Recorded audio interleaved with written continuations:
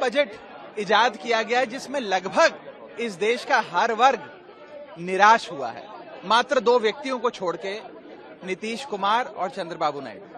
मैं पूछना चाहता हूं कि वो राज्य जिन्होंने अभूतपूर्व समर्थन भाजपा को दिया, अपने राज्यों की लगभग सारी सीटें दे दी, जैसे कि दिल्ली है, गुजरात है, उड़ीसा है, हिमाचल प्रदेश है, झारखंड, छत्तीसगढ़ है, मध्य प्रदेश है, इन राज्यों को क्या मिला इस बजट में? इन राज्यों को कुछ नहीं मिला। और जिन राज्यों ने भाजपा को इतना समर्थन नहीं दिया, या जिन राज्यों के समर्थन से सरकार मुश्किल से चल पा रही है, जैसे कि बिहार और आंध्रा, उनको सब कुछ लुटा दिया गया। तो इससे तो यही सार मिलता है कि जो राज्य भाजपा को कम वोट देता है उसे ज्यादा दिया जाएगा। तो आगे के लिए सीख ले लीजिए।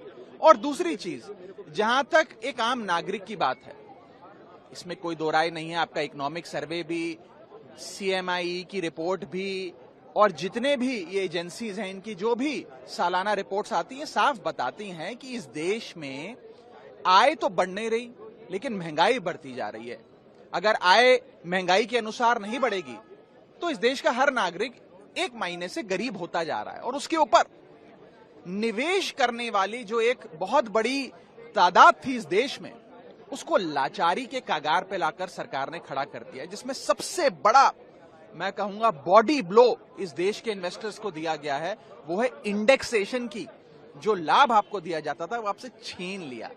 इंडेक्सेशन छीनना इन्वेस्टर्स पे टैक्स लगाना नहीं, इन्वेस्टर्स को पीनलाइज करने जैसा है। आप इंडेक्सेशन रिमूव करके एक महीने में इन्फ्लेशन पे भी टैक्स ले रहे हैं। यानी कि आज तक आप खाने की कोई वस्तु खरीदें, कोई सुविधा खरीदें या इनकम कमाएं, उस पर तो टैक्स देते थे। अब आप महंगाई, जो इन्फ्लेशन बढ़ रही है, उस पर भी टैक्स दे रहे हैं, क्योंकि आपसे इंडेक्सेशन की जो एक लाभ आपको दिया गया था वो आपसे सरकार ने छीन लिया है। तो कुल मिलाकर इस बजट ने लगभग हर तबके को नाराज किया है। सर, दिल्ली के हिस्से में क्या है? दिल्ली के हिस्से में खास तौर पे, दिल्ली वो राज्य जो शेयर इन सेंट्रल टैक्सेस में लाखों करोड़ों रुपए केंद्र सरकार के खजाने में जमा कराता है, दिल्ली वाले जमा कराते हैं, उनका शेयर इन सेंट्रल टैक्सेस जो उन्हें मिलना चाहिए, उसके लिए कुछ भी नहीं मिला। वो 20 साल से जितनी राशि मिलती थी, करीब 350-400 करोड़ मिलती है, बस उतनी ही मिलती है। एक फूटी कौड़ी का भी इजाफा उसमें नहीं किया गया।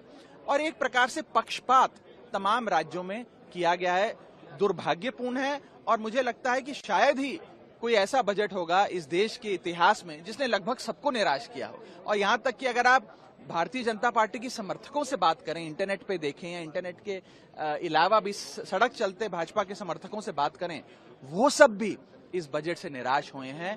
मुझे लगता है कि कुछ जो पीनलाइजिंग प्रोविजंस इस बजट के माध्यम से लाए गए हैं, जिस प्रकार से इंडेक्सेशन समाप्त किया गया है, कैपिटल गेन्स पे टैक्स बढ़ाए गए हैं, एटसेट्रा, इनको समाप्त करना